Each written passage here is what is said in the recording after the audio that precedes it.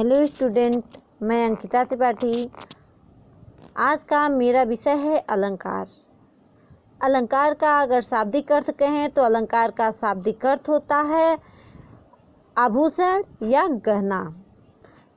तो जिस प्रकार से आभूषण वहाँ शोभा देता है, जैसे कोई मानव या स्त्री अपने आप को अलंकृत करने के लिए आभूषण का प्रयोग करती है।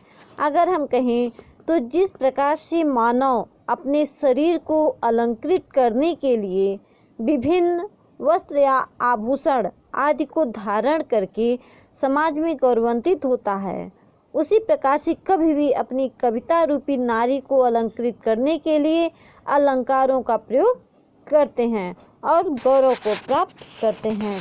तो यहाँ तो आप समझ गए कि अलंकार का अर्थ होता है आभूषण या गहना, जिसे कभी अपनी रचना को सजाने के प्रयोग में लाते हैं और जो व्यक्ति हैं वह अपने आप को सुंदर बनने के प्रयोग में लाते हैं। तो यहाँ आप देख सकते हैं कि अलंकार को यहाँ दो ढंग से हमने बताया कि काव्य की बात करें तो अलंकार का अर्थ अर्थात परिभाषा होती है कि काव्य की शोभा बढ़ाने वाले तत्वों को अलंकार कहते हैं। अलंकार के मुख्य दो भेद होते हैं, पहला शब्दालंकार तथा दूसरा अर्थालंकार। तो शब्दालंकार वहाँ होता है जहाँ शब्दों के द्वारा चमत्कार उत्पन्न हो, वहाँ शब्दालंकार होता है। हाँ, अगर हम कहें कि शब्दों के स्थान पर, जब हम शब्दों के स्थान पर किसी दूसरे शब्द या पर्यायवाची शब्द को रख देते हैं तो वहाँ शब्दालंकार का जो चमत्कार होता है वह समाप्त हो जाता है। अगर यहाँ हम बता दें कि कनक कनक 300 गुनी मादकता अधिकाय व खाई बौराय जगिया पाई बौराय, तो यहाँ पे आप देख सकते हैं कि कनक कनक 300 गुनी यानी कि कनक कनक, यहाँ बोलने में जो चमत्कार उत्पन्न हो रहा है, अगर यही चमत्कार कनक की जगह कोई पर्यायवाची शब्द, जैसे यहाँ एक कनक होता है सोना, एक कनक धतूरा, तो हम यहाँ स्वर्ण कर दें, पर्यायवाची शब्द इसका कनक का स्वर्ण कर दे कि स्वर्ण धतूरा 300 गुनी, तो वहाँ वह बोलने में जो चमत्कार उत्पन्न हो रहा था वह समाप्त हो जाता है। तो इस प्रकार से जहाँ शब्दगत चमत्कार उत्पन्न हो वहाँ शब्दालंकार होता है। और दूसरा है मेरा अर्थालंकार। जहाँ काव्य में अर्थगत चमत्कार उत्पन्न होता है वहाँ मेरा अर्थालंकार माना जाता है। यहाँ पे क्या होता है कि अर्थालंकार में यहाँ अर्थगत चमत्कार उत्पन्न हो, यहाँ शब्दों से कोई लेन देन नहीं होता है। यहाँ हम क्या कर सकते हैं कि शब्दों के स्थान पर हम पर्यायवाची शब्द भी अगर कोई रख देते हैं तो वहाँ मेरे अर्थ में कोई अंतर नहीं आता है, अर्थगत चमत्कार बना रहता है। तो आइए हम इसका भी उदाहरण आपको बता दें, जैसे चरण कमल बंदो हरिराई, अगर मैं कमलवत चरणों की वंदना करता हूँ, हरि के कमलवत चरणों की वंदना करता हूँ, तो यहाँ कमल की जगह हम जलज भी रख सकते हैं पर्यायवाची कि चरण जलज बंदो हरिराय। तो यहाँ बोलने में भी मेरा कोई अर्थगत अंतर नहीं हुआ, अतः यहाँ मेरा अर्थगत सौंदर्य बना हुआ है। तो इस प्रकार से मेरा अर्थालंकार हुआ। आचार्य दांडी ने कहा भी है अपने शास्त्र में कि काव्य शोभाकरान धर्मान अलंकारान प्रच्छते, अर्थात जिसका अर्थ है कि काव्य के शोभाकार धर्म अलंकार होते हैं। अतः हम ये भी कह सकते हैं कि अलंकारों के बिना जो कविता रूपी नारी है वह बिल्कुल कवि को कैसी लगती है, बिल्कुल विधवा सी प्रतीत होती है।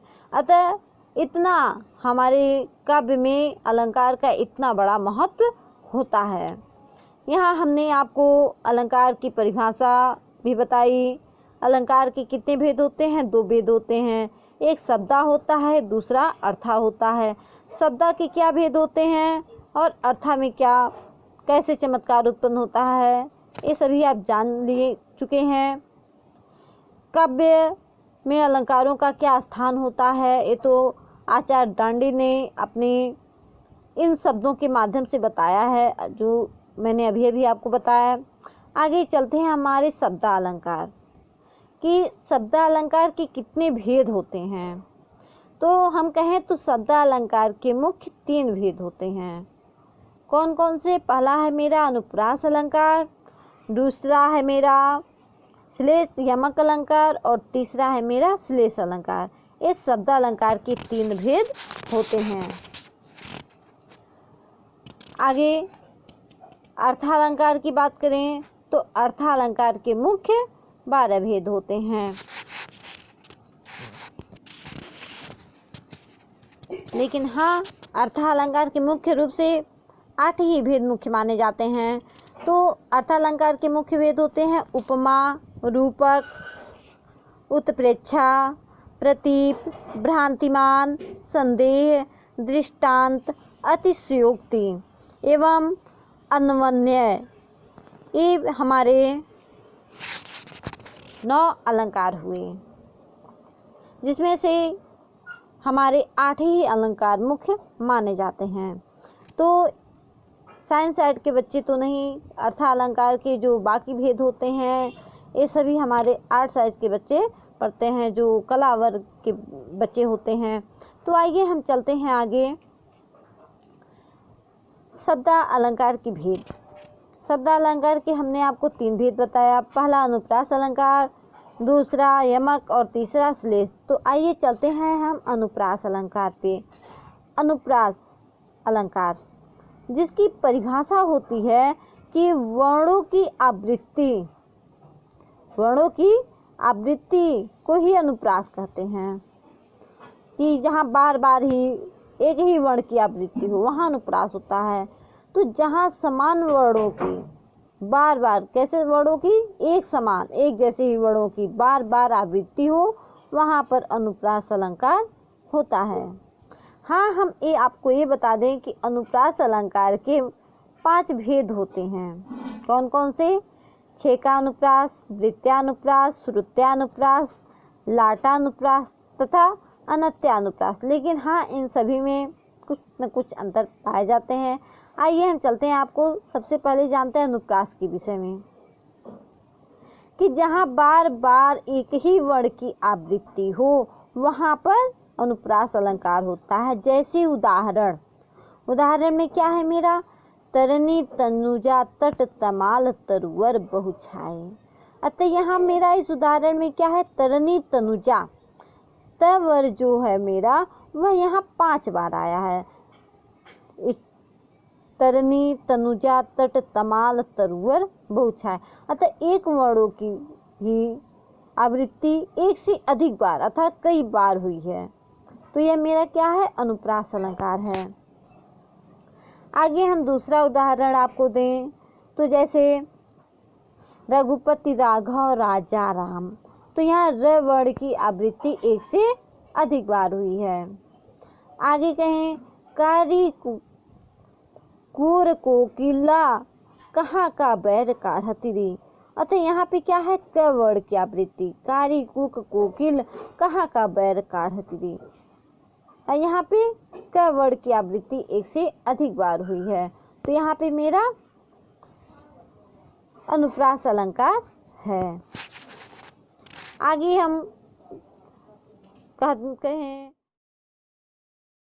कि कहत नटत रीझत खीझत मिलत खिलत लजियात। यहाँ देखिए, यहाँ त वर्ण की आवृत्ति एक से अधिक बार हुई है। लास्ट में कहत नटत रीझत खीझत मिलत खिलत, अतः यहाँ त जो वर्ण है वह एक से अधिक बार आया है। अतः यहाँ पे भी मेरा अनुप्रास अलंकार है। आइए अब हम चलते हैं आगे यमक अलंकार पे। तो यमक का अर्थ ही होता है युग्म अर्थात कि जोड़ा। यमक का अर्थ ही होता है युग्म और युग्म का अर्थ होता है जोड़ा। यानी इस प्रकार जहाँ एक शब्द अथवा शब्द समूह का एक से अधिक बार प्रयोग हो किंतु उनकी अर्थ हर बार अलग अलग हो, वहाँ पे यमक अलंकार होता है। जैसे कनक कनक ते 100 गुनी, मादकता अधिकाय, वा पाई बहुराय जग, वा खाई बहुराय। तो यहाँ कनक, एक कनक का अर्थ होता है सोना, एक कनक का अर्थ होता है धतूरा। तो व्यक्ति अगर अधिक धतूरा खा ले तो भी वह बौरा सा जाता है। मादकता अधिकार, यानी कि अगर ये दोनों चीज़ें अधिक मात्रा में मिल जाएं तो वह खाई बहुराय जग, यानी एक ऐसी चीज़ है धतूरा जिसको खा करके लोग बिल्कुल मदमस्त हो जाते हैं। और एक वह पाई बहुराय, यानी एक सोना है जो अधिक मात्रा में अगर व्यक्ति को मिल जाए तो वह उसे पा करके लोग मदमस्त हो जाते हैं अर्थात घमंडी हो जाते हैं। तो यहाँ कनक कनक ते, अतः मेरा एक शब्द एक से अधिक बार यानी कि 2 बार आया है, यानी युग्म जिसे हम जोड़ा कहते हैं, जोड़े के रूप में आया है। तो यहाँ कनक शब्द की आवृत्ति 2 बार हुई है। तो एक का अर्थ है मेरा धतूरा, एक का अर्थ है सोना, अतः यह मेरा सब यमक अलंकार है। इसी प्रकार से ऊधव जुग जुग हम नाही, तो यह उस समय की बात है जब गोपियों को ऊधव योग सिखाने के लिए जाते हैं तो वह ऊधव सिखाती हैं ऊधव जोग योग हम नाही, कि हे ऊधव हम इस जोग के, योग यानी कि योग के जोग नहीं, यानी हे ऊधव हम इस योग के योग्य नहीं है। तो यहाँ आप देख सकते हैं कि यहाँ योग यानी एक ही शब्द 2 बार आया है और इसके अर्थ भी बिल्कुल अलग अलग हैं, कि एक का अर्थ है योग और एक का अर्थ होता है योग्य। उसी प्रकार से आप दूसरा उदाहरण देख सकते हैं कि थारा पर पारा पारवारा यूं हलत है। तो यहाँ पारा और पारवारा यानी कि एक ही शब्द 2 बार आए हैं। तो थारा पर पारा, एक का अर्थ होता है पारा जो कि शीशे का होता है और एक प्रकार का धातु होता है। पारा क्या होता है? एक प्रकार का धातु होता है। और एक पारावारा का मतलब होता है समुद्र का पर्यायवाची नाम है यहाँ। तो इस प्रकार से शब्द एक ही हैं, लेकिन अगर इनके अर्थ को देखें तो वहाँ भिन्न भिन्न है। अतः यमक अलंकार की परिभाषा ही यही होती है कि यहाँ जहाँ युग्म रूप में यानी शब्द समूह में एक ही शब्द 2 बार आए किंतु उनके अर्थ अलग अलग हों, वहाँ पे यमक अलंकार होता है। तो यहाँ आप देख सकते हैं इस प्रकार से यह मेरा यमक अलंकार है। तो आइए हम चलते हैं आगे श्लेष अलंकार पे। श्लेष का अर्थ होता है श्लिष्ट होना। इसकी परिभाषा होती है जिस शब्द के एक से अधिक अर्थ होते हैं, यानी कि जिसे हम श्लिष्ट कहते हैं, कि जिस शब्द के एक से अधिक अर्थ होते हैं किंतु जहाँ किसी शब्द के एक बार प्रयुक्त होने पर उसके एक से अधिक अर्थ आए, कि शब्द एक ही बार प्रयोग हो, दोहे में या चौपाई में शब्द एक ही बार प्रयोग हो किंतु उसके अर्थ कई निकले, एक से अधिक अर्थ निकले, शब्द एक हो और उसके अर्थ एक से अधिक निकले, वहाँ पे श्लेष अलंकार होता है। ऐसे शब्दों को हम श्लिष्ट भी कहते हैं। अतः श्लिष्ट होने के कारण यह मेरा श्लेष अलंकार होता है। जैसे चरण धरत चिंता करत चितवहु चारू ओर, सुबिरन को ढूंढत फिरत कवि व्यभिचारी चोर। तो यहाँ सुबिरन एक ऐसा शब्द है जिसको कवि, व्यभिचारी व्यक्ति और चोर, ये तीनों व्यक्ति ढूंढते हुए फिर रहे हैं यहाँ। कि चरण धरत चिंता करत, कि हर समय वह चरण को रखते हैं और सोचते हैं कि सुबिरन को ढूंढत फिरत कभी व्यभिचारी चोर। चरण धरत चिंता करत चितवहु चारों ओर, चारों तरफ को ढूंढते हैं और सुबिरन को ढूंढते हैं, कौन? कवि और व्यभिचारी चोर। ऐसा सुबिरन कौन सा शब्द है? यहाँ आप देख सकते हैं कि सुबिरन एक बार प्रयुक्त हुआ है किंतु उसको ढूंढने के लिए 3 लोग चलते हैं, यानी कि उसके 3 अर्थ निकलते हैं। कि इसमें पहले सुमिरन का अर्थ होता है जिसे कवि ढूंढता है वह सुंदर रचना, सुमिरन में होती है सुंदर रचना। और दूसरा शब्द कहें व्यभिचारी, व्यभिचारी सुमिरन को क्यों ढूंढता है? क्योंकि दूसरा सुमिरन का अर्थ होता है सुवर्ण, मतलब सुंदर स्त्री। कहने का अर्थ है कि व्यभिचारी के लिए जो सुमिरन है वहाँ यह सुंदर गोरी स्त्री के रूप में सुमिरन, मतलब उसको ढूंढने के लिए यह फिरता है। आगे हम कहें चोर, तो सुमिरन का अर्थ ही होता है स्वर्ण अर्थात सोना। तो चोर जो है वह सोने को ढूंढने के लिए, स्वर्ण को ढूंढने के लिए फिरता है। इस प्रकार से यहाँ सुमिरन शब्द मेरा श्लिष्ट है कि जिसके 3 अर्थ निकल रहे हैं, अतः यह मेरा श्लेष अलंकार है। इसी प्रकार से आप देख सकते हैं कि दूसरे उदाहरण में कि रहीमन पानी राखे बिन पानी सब सून, पानी गए न उबरे मोती मानुष चून। यहाँ भी क्या है, मोती, मानुष और चूना, ये तीनों ही पानी के बिना व्यर्थ हो जाते हैं। यहाँ इस उदाहरण में जो तीसरी बार प्रयुक्त पानी शब्द आया है वह मेरा श्लिष्ट है।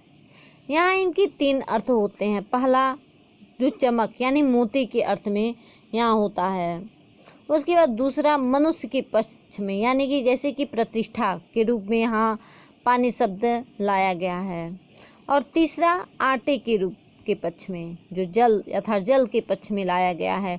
तो यहाँ जो है मेरा पानी शब्द श्लिष्ट है कि